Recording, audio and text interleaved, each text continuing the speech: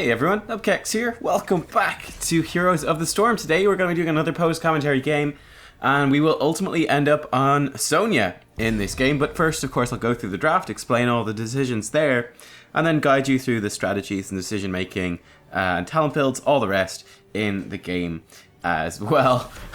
You kind of started chatting to someone here at the start who I just played against in the previous game. We had this awful Medivh player in our team, and actually loading into this draft was saying, ooh, because he's the last pick on the enemy team. He was on our team before, and he was rubbish. Oh my god. So he's on the enemy team. I'm like, ooh, can I get some revenge? Can I not? We'll see. So banned out Garrosh. No surprise there. The enemy team bans out Tahaka. Removing that global from the map. That's cool. And we're looking at a first pick Zul'jin, which I think is really good as well. So it's a nice and fairly pretty standard start to the draft to pick things up. Cursed Hollow is an interesting one. The lanes are fairly isolated, but there can be some pretty large team fights in it. You can do some pretty interesting strategic things around tributes, and you actually see some of that in action in this particular game here that we're going to be going into. So yeah, let's see what the enemy team is about to pick up here. So they grab a Thrall, pretty early pickup for the Thrall.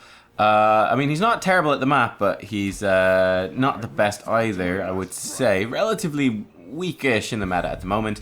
And then you pick up Rehgar, who's obviously a top tier support. Now the thing about Rehgar as well is that he can absolutely solo heal. But he can also double heal extremely well. Extremely well. So that's always something that you have to watch out for. But yeah, we're kind of discussing in this game as well. It's like that previous game, we were something like Braxis, and we had like a really interesting start to the game, and then Medivh just started flaming. You know, tried my best to make some plays. I don't know, this has kind of been my attitude. It's like, I'll try real hard for the first 10 minutes of the game, and then if people just aren't, you know, of the standard, if it's, you know, the matchmaking's a bit weird or whatever, and they're not able to follow up in the plays, it's like, alright, let's just have a bit more fun, mess around a bit, just practice the mechanics of the heroes a bit more. It's probably a better way of doing things, so at least you get something out of it. But anyway, our team picks up a Varian and an Ana, so again, it's an early pickup for Varian, but it should be okay. Obviously, the concern is, you know, the early game would be a little bit weak, but you do have some flexibility to play around that on Cursed Hollow, I think. You don't have to commit to an early game victory by any means, so that is something we can play around. And the Ana is a lovely choice. Ana is really good, actually, right now. She also synergizes super well at Zul'jin.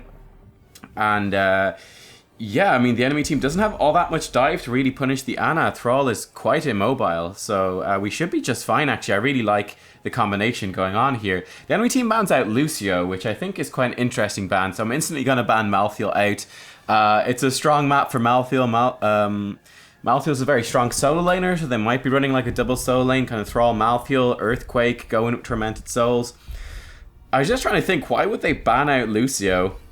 It just seems kind of strange. Perhaps they were just banning it out for the sake of it, but Lucio is pretty much considered a strong counter pick to the Malthael. The sound barrier is just so effective, plus the AoE healing so effective at dealing with Malthael's damage. I figured that might be what they're going for, so ban out the Malthael. They go and they grab the Brightwing and a Genji. So they are running that double support I was talking about. We grab Malf and Sonya, so that's the double support that we've got going on here as well. Malfurion's actually very underrated too in terms of double support. He's really emerged now. Not so much on Cursed Hollow, but even definitely on smaller maps, because Malf brings an awful lot of wave clear with that W talent at 1, Moonfire talent at 1, so that can be really nice. They grab ETC at the end. I think it's a great pick for them. And yeah, we're heading into this game. I think 2 interesting comps for both teams. And yeah, I'll break down how I'm going to approach it as Sonya as soon as we get into the game. Alright guys, and here we are in the game. So yeah, Sonya is awesome. We even saw that in the HGC finals, that she's one of the most popular and contested solo laners in the game. And I think that she probably is the best overall solo laner for Hero League at the moment. The other contender, the other big contender, I would say, in the HGC finals was of course Tahaka. But I think Tahaka works better in pro play than he does in Hero League, because you've got that much larger strategy element to the global, and you just don't get as much use out of that in Hero League as you do in the coordinated play of pro play, where people actually make plays around the cooldowns properly. You don't see that in Hero League, so it's not as useful. We had an interesting point here at the start where Amalf is saying to take leap to interrupt the mosh pit. I don't go for that, and I strongly disagree with the line of thinking there. I mean, you can see where it's coming from, but I don't think it makes sense. Giving up an awful lot. Like, our team is quite low on damage output. The Wrath of Beserker adds an awful lot of damage. Also, the enemy team have, Thrall's got roots, Rhaegar's got a slow. That's not too important, but the root from Thrall got ETC with stun on power slide, got polymorph. I actually don't know if Wrath of Berserker limits polymorph, but they have a lot of stuns, quite a lot of CC. So getting that 50% CC reduction from Wrath of Berserker is actually going to be a pretty big deal. It's actually going to help a whole bunch. So that is a pretty important goal for me, actually. I just think having that damage, having that burst damage to punish like Genji when he dives in, to punish the Thrall is going to be quite important. Besides which, we have Ana with a wanted to sidestep, by the way, that wolf from Thrall that didn't do it properly. We've got Ana who can interrupt it quite consistently with her sleep dart. So I think that's really where we want to be going for it. I mean, in the worst case scenario, we can have Malfurion, who should of course have Twilight Dream anyway, that he should be able to interrupt it too. So I really don't think we want to be running Leap in order to interrupt this here. The problem with Leap as well is that, it's a long cooldown. For me to not be hit by the mosh pit as the Sonya is quite difficult as well. It just seems very messy. You'd be giving up so much and really changing up your playstyle, whereas Ana can just sleep dart. Doesn't have to change any playstyle. Doesn't have to give anything up really, so that's just a big win, I think. Right here, this is interesting. So obviously we're doing all right in the lane. I picked up block, by the way, at level 1, so I can really beat... we should beat Thrall in lane anyway, but we'll really wreck him now. And you can see, I'm just sitting back. I'm just being passive. So this is a really interesting point now. You see our teammates rotate up, so go aggressive as they rotate up. I'm watching the minimap as they're coming. Engage in on the enemy team as they arrive, and we're able to pick up the Rhaegar, actually get ourselves a kill. So this is really, really important. What do you do when they send like 3 people up against you in the solo lane? You can see all I did was, your role changes, okay? They send 3 people up, 1v3, what can I do? Literally the only thing I can do, my entire job at this point is just to soak XP. I got body blocked by the Ana, which interrupts our engagement there. Anyway, we're going to do some damage to Thrall. We don't have enough to kill him. He can obviously just run away, but it's an okay trade. But yeah, once there's 3 of them there, especially as a melee hero, there's nothing I can do. I'm purely there at that point to soak experience. That's my entire goal, is just to sit back, stay alive, don't take any damage, and get the XP from the minions that died to the towers. They're gonna destroy my towers. Am I gonna try stop them? No, of course not. Why not? Because if I try to stop them, I'm gonna take lots of damage. Then they've got a potential to kill me, and if they kill me, we're gonna miss out on the XP, and that's a massive loss. So I'm not trying to do any of that, right? It's very important that I'm not gonna be doing any of that. If they rotate 3 up, what? Really? Just gonna sit back? You're just gonna sit back and do nothing? Yeah, absolutely. Because although I'm losing that lane up top, we're still getting the XP. And that means that there's 3 enemy heroes up there in the lane with me that aren't anywhere else on the map. So our teammates are gonna be able to win elsewhere on the map. Now in this case, in this game, they rotated up towards the top lane, and they ganked top, and we got a gank off. That's cool. Alternatively, usually the thing I favor doing is just go, all right, well, we'll just outpush you harder in the other lanes, because, we've got a Zul'jin, we can just push it really, really hard, and you don't have the heroes elsewhere on the map to punish that. So yeah, that's kind of the stuff I'd be looking for there. You can see things have stabilized a little bit here.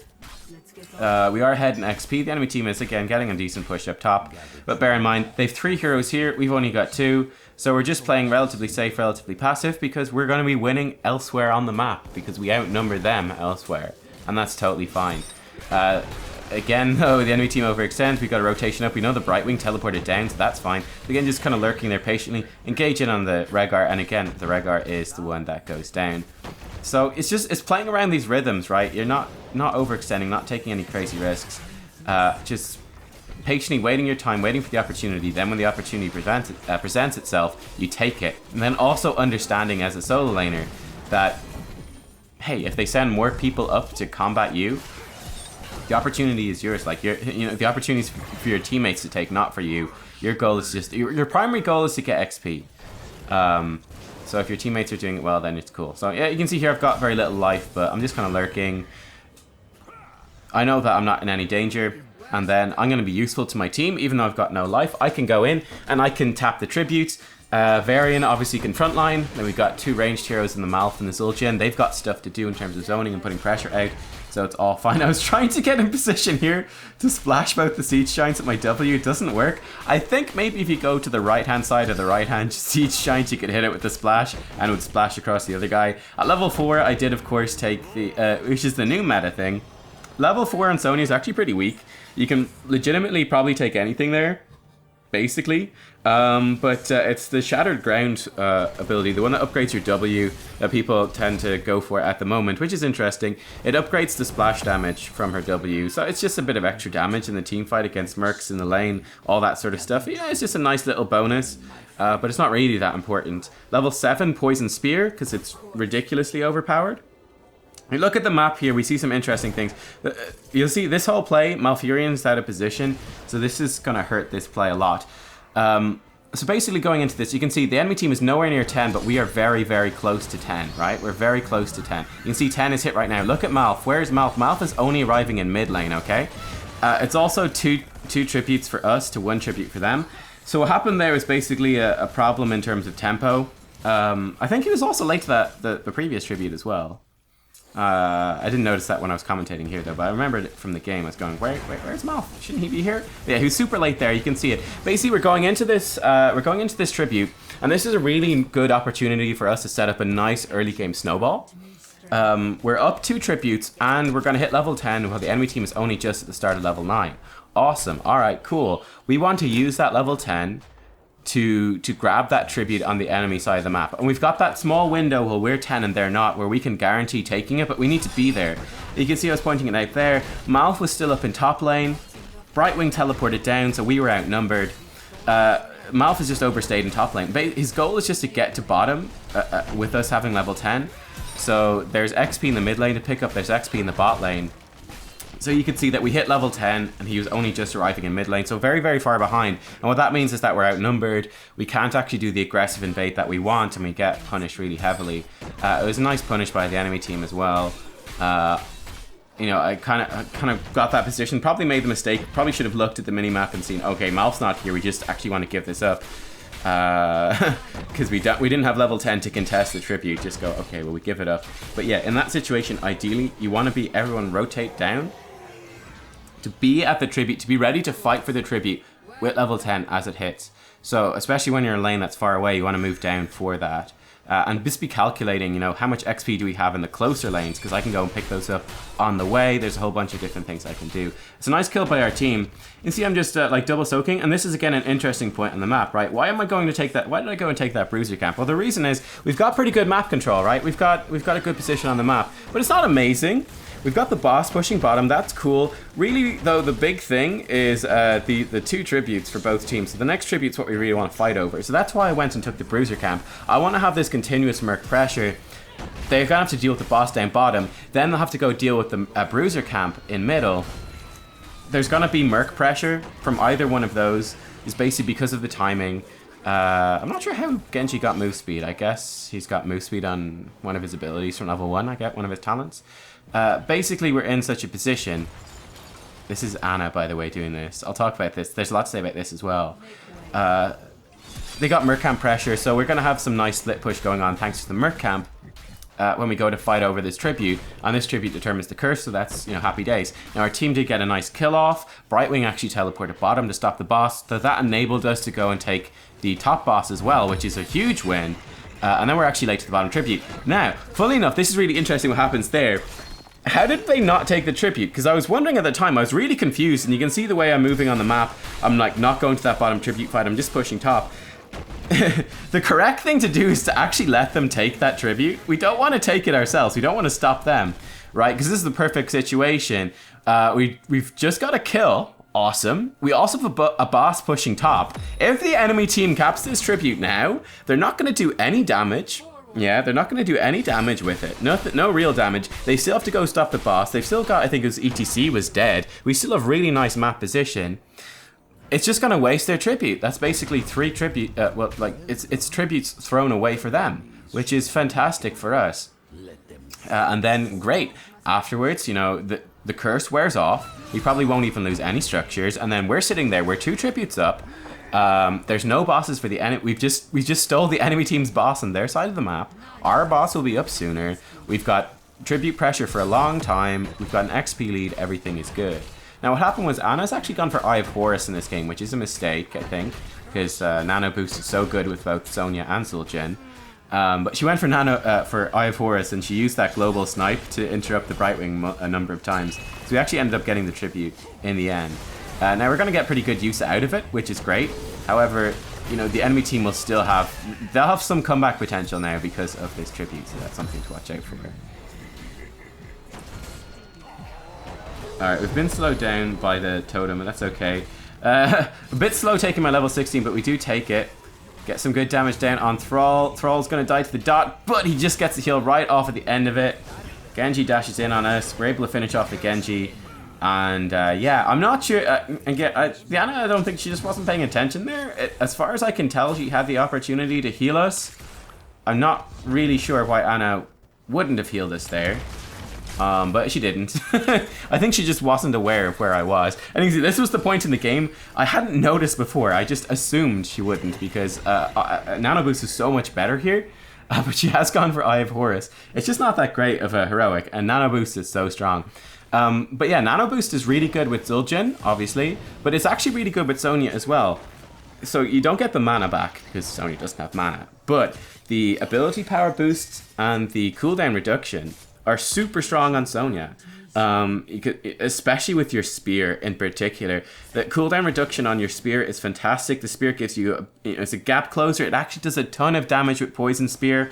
And it gives you a bunch of fury, which you can spend. So it's a massive boost in damage. With the whirlwind, right, having that bonus ability power as well in the whirlwind means you do more damage, you get more healing. And you're going in with Wrath of Beserker, which means that all CC on you is halved, really. Or most CC is halved. Emerald Wind, for example, isn't. Yeah, so it's very difficult to actually stop the Sonya. So you get tons of value actually out of the Nano Boost. It's very, very strong on Sonya. And it's amazing as well with Zul'jin, of course. So two really good options for Nano Boost. So yeah, I'd always be going for Nano Boost. Unless, like, it's for some bizarre reason, if you got a comp where it just doesn't work. Like, I don't know, you've got 4 Rainers and an Ana, I don't know. But yeah, this is, again, interesting move here on the map.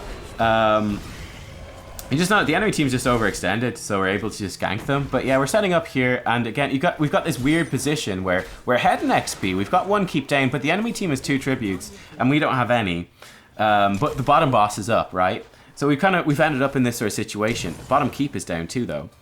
So we're in the situation where it's like, all right, you know what? Let's actually trade the bottom boss for the tribute. Again, we could do this kind of trade where, for the enemy team, I mean, there's risk to it because they've got 2 globals with Brightwing and now ETC stage dive. There's risk, but if they don't respond to it properly, we could potentially take this bottom boss while they take the tribute.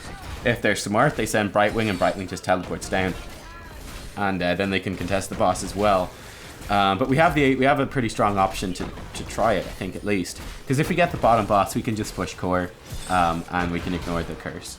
Because the boss isn't affected by curse, and boss onto core is you know, if we support it, it's game over. But yeah, here we go. We got the boss. Fantastic.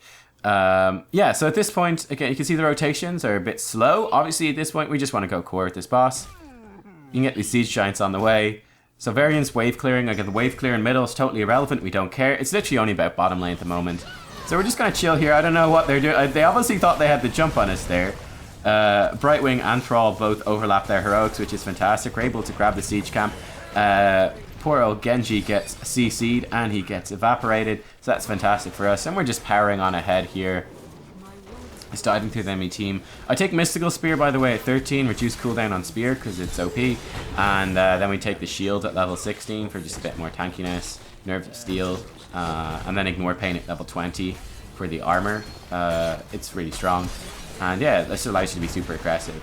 Even get, yeah, we do just get 1 more kill here at the end going through. But there you go. I thought that was a really interesting game, and you got some interesting stuff going on there in terms of what you do in the solo lane when they send multiple heroes to stop you. The answer is you just stay super passive, get the XP, and let your teammates win elsewhere on the map. Basically, it's just in the hands of your team at that point. Your job is solely to stay safe. Interesting things around rotating around tributes, punishing deaths, using those deaths as opportunities to take bosses, stuff like that. Unfortunate non-heals from Ana a couple of times, but oh well, there you go. And yeah, there's the talent build there as well. It's pretty standard stuff, and yeah, chest here at the end too. Let's see what we got. But that is Sonya. Sonya's really good. One thing to note, 2 heroes to watch out for. Zagara does beat you in lane. Now she's been nerfed, her Nidus network, but she's still really good and she does beat you. So watch out for Zagara, she's good against you. And then Ana actually pretty much hard counters Sonya, because her mind-numbing agent at level 7, which reduces spell power up to 75%, I think. That's 75% less damage from your spear, and also 75% less damage from your whirlwind and your W. So basically, you do no damage. You don't get any healing from your whirlwind because it's reduced by 75%. So it makes it, you're just rubbish. It completely hard counters you, and because you're playing it, Sonya's a very dive, engage-based hero. But she doesn't have like massive mobility in terms of like she can't really get on top of Ana, so you're just super screwed basically. Once Ana stacks up some poison, you're really screwed. So yeah, don't play Sonya into Ana if she's smart, and watch out for Zagara too. But apart from that, Sonya's amazing. There you go, guys. Hope you enjoyed. Give a thumbs up if you did. I'll see you all next time for more Heroes of the Storm. Bye bye.